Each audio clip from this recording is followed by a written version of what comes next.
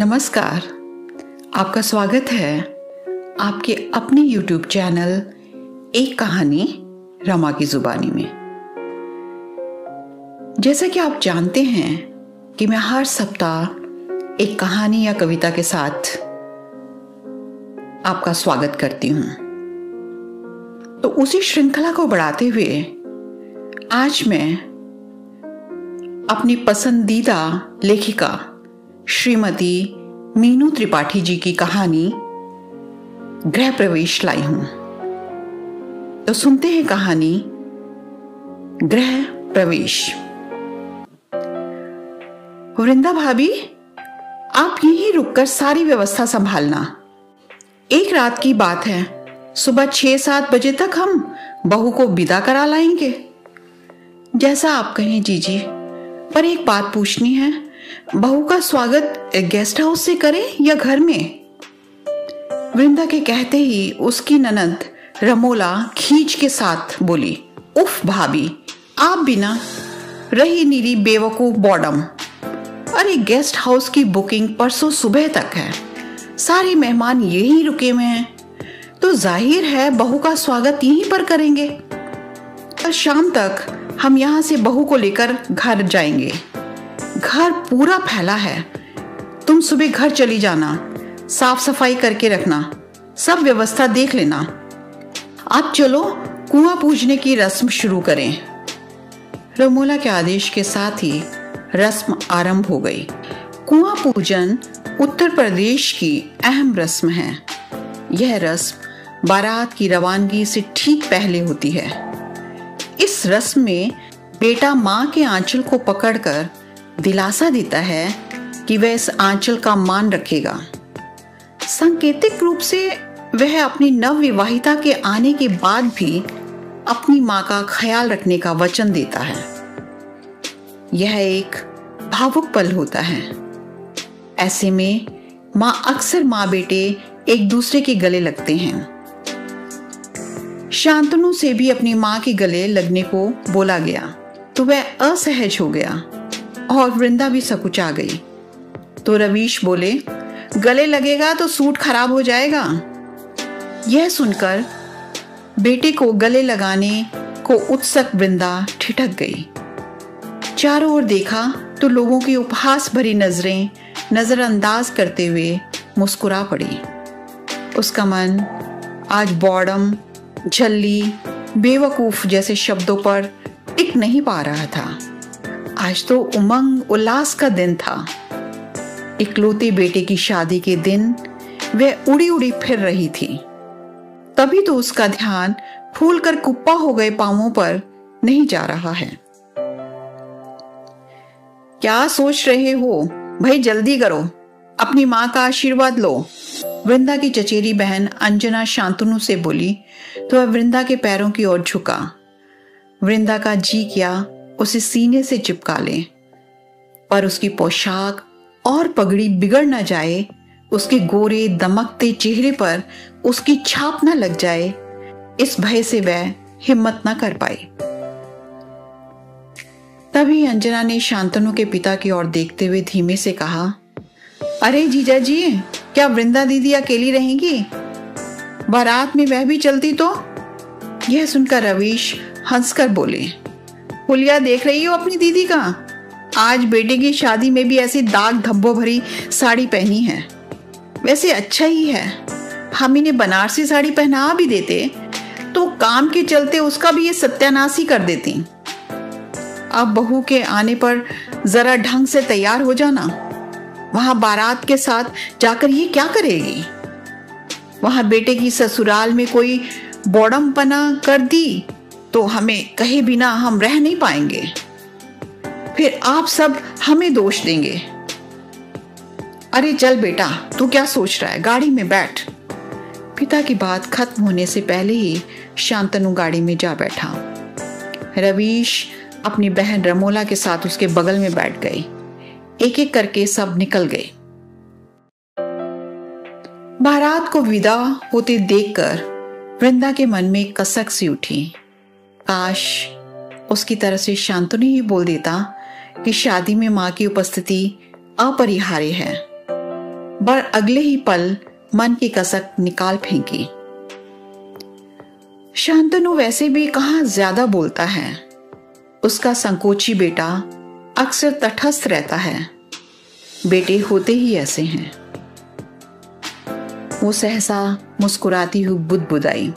सही भी तो है, शादी की तैयारियों में वह ऐसा डूबी कि कपड़ों लत्ते बदलने का होश ही नहीं रहा। दिन के प्रत्येक पहर में चलने वाले रीति रिवाज, रस्मों की तैयारियों में इधर से उधर भागती ही रही। रह रहकर वृंदा वृंदा की गुहार हर तरफ से आई। ये तो सौभाग्य है, मेरे बेटे की शादी का सौभाग्य। बेटे की शादी में मां काम ना करेगी तो कौन करेगा। बारात विदा हो गई। कल बहू आ जाएगी। जो मैं बारात के लिए चल पड़ती तो बहू के स्वागत की तैयारी कौन करता। अरे तुम अकेले क्या बड़बड़ा रही हो बहुरिया, सहसा घर की पुरानी नौकरानी ने टोका तो वह हंसकर धरा उठाई में जुट गई। धनिया चिंतित सी बोली, बहुरिया, नई बहू के आने पर तुम ऐसे ही डांटी जाओगी। काहे नहीं थोड़ा बन ठन कर रहती हो। शादी का घर है, पर देखो कैसे सादी सूती साड़ी पहने टहल रही हो। तो क्या करती धनिया काकी, जो पहन ओढ़ लेती तो घर भर का काज कौन देखता। अपनी बात के जवाब में यह सुनकर धनिया काकी मुंह बिसूरती हुई बोली, अरे जाओ बहुरिया, ऐसी भी क्या काम काज की चिंता कि अपना जरा सा बनाव सिंगार पर भी ध्यान न धरा। भगवान ने जो रंग रूप दिया सो दिया, कम से कम ओढ़े पहने तो सबके मन भाओ। सरल सहज काकी सहजता से कटु सत्य कह गई तो वह मुस्कुरा पड़ी। अपने रूप रंग पर ऐसी टिप्पणियां वह अक्सर सुनती है। शांतनु की सगाई के दिन रमोला जीजी बोली थी, चलो शांतनु की बहू गोरी और सुंदर है, कम से कम पीढ़ी तो बदलेगी। ये तो कहो शांतनु ने पिता का रूप पाया है, जो अपनी मां को पड़ जाता तो जैसी संभावना पर हंसी के छींटे बिखर गए। उस दिन उसकी सूखी आंखें और सूख गई। रूप रंग पर हुए कटाक्ष सदा ही उसके हृदय को बींधते रहे हैं। अक्सर दर्पण निहारते हुए सोचती, जो उसकी मां के पास पुश्तैनी मकान, जमीन जायदाद ना होती तो उसका क्या होता। बिन ब्याही रह जाती तो कंटीले रिश्तों के बीच गुलाब से शांतनु को कैसे सहलाती, शांतनु को कैसे पाती। कौन अपनी तोतली भाषा में पूछता, मां परी क्या होती है, और वह पुचकार कर किससे कहती, ना रे लल्ला, ये परी वरी कुछ नहीं होती। परी सा सुंदर होना मतलब बहुत सुंदर। तुम झूठी हो। एक तरफ कहती हो परी जैसा सुंदर, फिर बोलती हो परी होती ही नहीं। परी होती है मां, उसके पास एक जादू की छड़ी होती है। मुझे मिलेगी तो मैं तुम्हें शीतल आंटी जैसा सुंदर बना दूंगा। शांतनु कहता तो वे चिढ़ जाती, फिर उसे सीने से लगाकर रुलाई जब्त करती हुई नन्ना शांतनु सहमता उसे लगता मां झूठी शब्द से आहत हो गई। उस वक्त शांतनु कुछ देर के लिए चुप हो जाता। परी के अस्तित्व पर उसका विश्वास न डगमगाता। रमोला बुआ, पापा, दादी सब शीतल आंटी को परी मानते हैं। बस एक उसकी मां ही उसे परी नहीं कहती। भाभी ये लो आरती की थाली। धनिया के स्वर ने उसे मानो तंद्रा से खींचा। आरती की थाली में हल्दी कुमकुम के साथ दिया रख दिया। और क्या रखना चाहिए, कुछ छूट ना गया हो तो कहीं बेवजह वह बॉर्डम बेवकूफ से नवाजी ना जाए। यह सोचकर वे अपनी तैयारी का अवलोकन करने लगी। मिठाई, हाँ मीठे में क्या रखूं? सब वर वधू को मिठाई खिलाएंगे तो मीठा उनकी पसंद का होना चाहिए। मैं मिठाई के डिब्बे में लगी रंग बिरंगी मिठाइयां देखकर फिर अतीत में खो गई। मम्मी परी खाने को अच्छा देती है ना? शांतनु शीरा की कटोरी को अंगुलियों से चाटते हुए कहता, तो वे समझाती, ना बेटा, ये सब कहानियां हैं, वास्तव में परी नहीं होती है। वृंदा उसे महापुरुषों की कहानियां सुनाती, पर उसे तो दादी रमोला बुआ द्वारा सुनाई परियों का तिलस्म लुभाता। वृंदा के मुख पर कोमल स्नेह सिक्त हंसी आ गई। नन्हा शांतनु अब बड़ा हो गया है। परियों को खोजने वाला बेटा कल सचमुच परी लेकर आएगा। उसके हाथ तेजी से धरा उठाई में लग गए। भाभी, तुम थोड़ा सो लो, धनिया काकी कह रही थी, पर वह उन्हें कैसे समझाए कि आज तो नींद कोसों दूर है। उसका बेटा दुल्हा बना क्या कर रहा होगा? शायद जयमाल का समय हो। उसकी बहू कैसी लग रही होगी? गुलाबी जोड़ा होगा या फिर लाल जोड़े में सजी होगी? कितनी सुंदर दिखती होगी। शांतनु बचपन में जितना मुखर था, बड़े होते होते उतना ही अंतर्मुखी हो गया। सुना है उसकी दुल्हन बड़ी मुखर है। उसकी निश्चल मुस्कुराहट और बातों ने शांतनु का दिल जीत लिया था। रूप की वह धनी है। उसका संकोची बेटा अपनी दुल्हन को सबके बीच चोरी चोरी देखता होगा। माँ, तुम ब्यूटी पार्लर जाया करो, सुनते हैं पार्लर जाने से लोग सुंदर होते हैं। उसे शांतनु का बचपन फिर याद आया। साथ ही याद आए अपने पति के व्यंग बाण। तुम्हारी मम्मी को कोई पार्लर सुंदर नहीं बना पाएगा। जैसी है वैसी रहने दे, पार्लर की जिद छोड़ दे बेटा। रवीश हंसते और उनका कहा खंजर बनकर सीने में धंसा चुपता और देर तक रिश्ता पर जवाब देने का उसे समय नहीं रहता। प्रतिक्रिया देने को वह खाली कब रहती। ढेर सारी जिम्मेदारियों के बीच घिरी वे अपने रूप रंग पर किए आक्षेप सुनकर मौन धारण किए रहती। शांतनु की रमोला बुआ यदा कदा आती तो शुरू होती उसकी फैंटेसी, जिसमें परियां बढ़िया बढ़िया खाने को देती, पहनने को देती। वे कहानी में उन परियों के साथ सुंदर नगरी की सैर करता। वह कल्पना के परों में बैठकर कभी जादू की छड़ी घुमाता तो कभी परी सर हिलाकर उसके सामने सब हाजिर करती। इस आत्म सुख को वृंदा उससे हमेशा परी नहीं होती यह कहकर छीनती आई है। फिर समय आया जब लाख छिपाने के बावजूद कुछ दबी ढकी बातें शांतनु के सामने आई। उसे पता चला उसके पापा परी से रोजाना रूबरू होते हैं, उसके साथ समय बिताते हैं, कभी कभार तो 1-2 रातें भी। वह यह भी समझने लगा कि जब परी के पास होते हैं तो मम्मी छिप छिप कर रोती है। आखिरकार बचपन जाते जाते शांतनु को सिखा गया कि वाकई परी नहीं होती। तभी शायद वह जरूरत से ज्यादा गंभीर हो गया। अपने काम से काम रखने वाला शांतनु सदा शांत रहता। यह सही है कि वह कभी अपने माँ के पक्ष में नहीं बोला, पर यह भी सच है कि वह अपने पापा, बुआ, दादी की तरह असंवेदनशील ना बना। उसके रूप रंग को कभी निशाना ना बनाया। यह बात क्या कम राहत की थी। भाभी, अभी क्या हो रहा होगा? बारात का नाच गाना खत्म हो गया होगा। कहो खाना पीना चल रहा हो। ब्याह का मुहूर्त हो गया है। अब तो दूल्हा दुल्हन मंडप के नीचे आ गए होंगे। क्यों? धनिया काकी के कौतूहल को देखकर वृंदा एक बार फिर वर्तमान में आई। कल्पना में ही मंडप के नीचे बेटे को फेरे लेते हुए कभी कोहबर में देखती, झपकियां लेने लगती, तो तभी रमोला जीजी का फोन आया। वृंदा, तुम मजे से सो रही हो और हम यहाँ जागकर सब संभाल रहे हैं। यहाँ तुम्हारे लाडले ने नई जिद शुरू की है। कहता है नई बहू सीधा घर जाएगी। यह सुनकर वृंदा हड़बड़ाकर बोली, पर जीजी अब घर कैसे? परवर छोड़ो, एक गाड़ी भेज रही हूँ, तुम उसी में बैठकर घर आ जाओ और सब तैयारी करो। घर घंटे 1.5 घंटे में पहुंचेंगे। बदन में पोर पोर दर्द होने के बावजूद उसने किसी तरह दौड़ दौड़कर आरती की थाली, न्योछावर, मंगल कलश कार में धरवाया।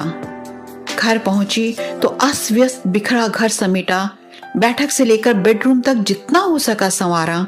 सारी व्यवस्था संभालने के बाद चौड़े से मिट्टी के पात्र में गुलाब की पंखुड़ियां डालकर उसमें जल भरा, फिर द्वार पर रखकर दिए लगाए।